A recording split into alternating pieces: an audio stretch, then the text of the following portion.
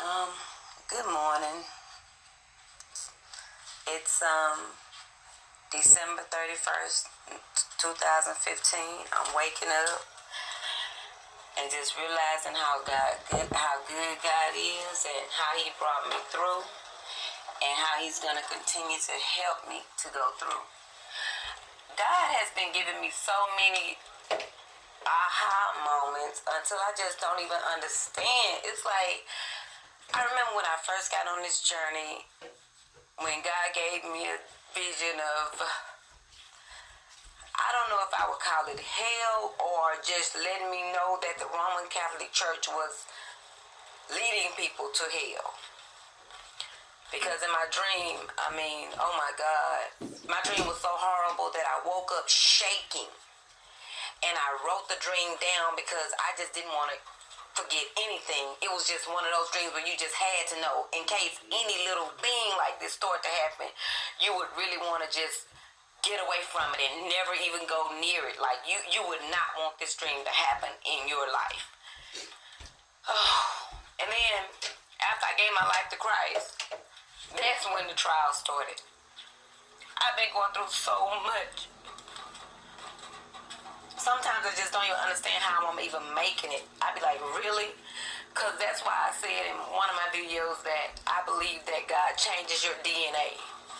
Because I know the old me could not have gone through half of the stuff that the new me has gone through and been okay. I just could not have done it. It just would not have happened, and I know that. So, I guess I'm just here to say, that once you give your life to Christ, totally. Once you give your life to Christ, totally, you won't want it back. The devil may want to show you stuff that's around in this earth, on this earthly world. And you may think that you want to, some of this stuff from this earth, but once you have tasted, once you have seen just a small piece of heaven, and I know God has taken me to heaven on several occasions, and I've been to a wedding feast, and I was the bride. I went to this house where it was like a lot of children and no adults. All the children were just playing and they were happy and all of this. So,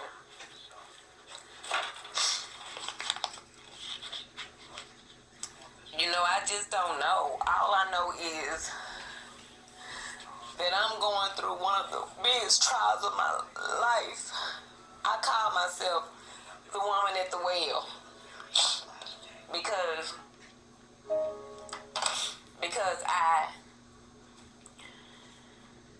I say I'm the woman at the well because I've been married 5 times. I got married at 18, 19, and 21. Only thing I knew is from a young age that I wanted to please God. And I grew up in a family. My father was a pastor. My mom was a social service coordinator. So she helped children around just around to get clothes and help and, tutoring and just stuff like that. So both of my parents were givers and they were servants. And that's what I realized what I am. I really believe that I am.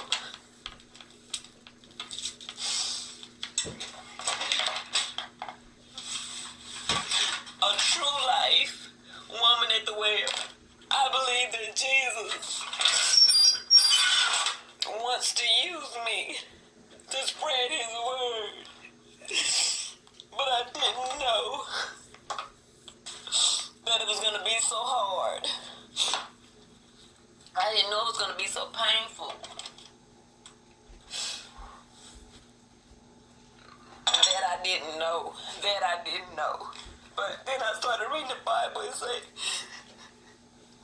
Jesus learned from His sufferings, from the things He suffered. That's how He became who He was. He was God already, but that's how He That's how that's him in the human flesh. That's us in the human flesh, how we have to suffer. We have to beat these bodies down. But I realized that it was worth it because after everything, after so much stuff that I had gone through, with God perfecting me and getting me where he wanted me to be, I had to live outside of my flesh. I had to basically kill my flesh and the desires of my flesh. And I realized once I did that, God showed me some amazing and mighty things. That's when he started taking me to heaven. But before that, I was actually trying to get right and trying to do right, and I was living basically the way the world lives when it says you can do whatever you want to do as long as you accept Jesus Christ your Lord and Savior. I was living that way. But I realized in that way, God was not taking me anywhere. He showed me nothing of his kingdom. And I believe that's how it's going to be in the last days. People are going to think they're doing it right, and they won't be. And then they won't go to the kingdom of heaven.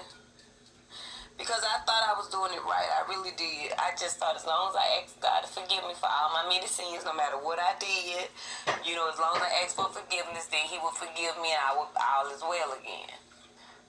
But when I truly started seeking God, I realized that's not the case.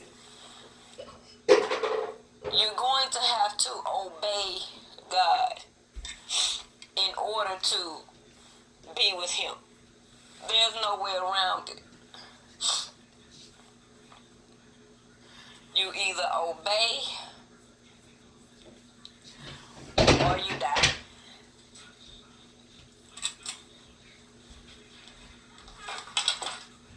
And that's it. And the choice is ours. The choice is now. Life is a test. And I feel some type of way for my children. But according to the word, it said my seed would be saved if I knew what's right. So I ask anybody who ever hears this video to pray for me. A fervent prayer. Not just don't just pray good prayers for me. You could ask some people to pray for you, and if they of the other world, then they'll pray, but it won't be for your good. So I want you to pray for my good. Pray that I'm able to make it. And I pray for you guys too. Everybody, whoever hears this video, I just ask God that his will be done in your life. That his will, that's what we need to pray for, God's will. Not our will. Because our will is not good. Not ours. But once you get changed in the spirit, that's what I realized too. Once you're really changed in the spirit, you cannot do the things that you used to do. It just won't happen. You could, like I say, you may fall, but you won't stay in your mess. It just won't happen. And I was just having an epiphany moment, that's all. I was listening to some testimonies, and then I thought about some things that were going on in my life. So I just decided I'd make a little short video, little recording for myself, and eventually I'm sure I'll share it with other people, because I know that God has called me to a higher calling. To whom much is given, much is required. And that's where I am. And that's it. That's all I can say. I just thank God for this opportunity to share with you guys, and y'all have a blessed day.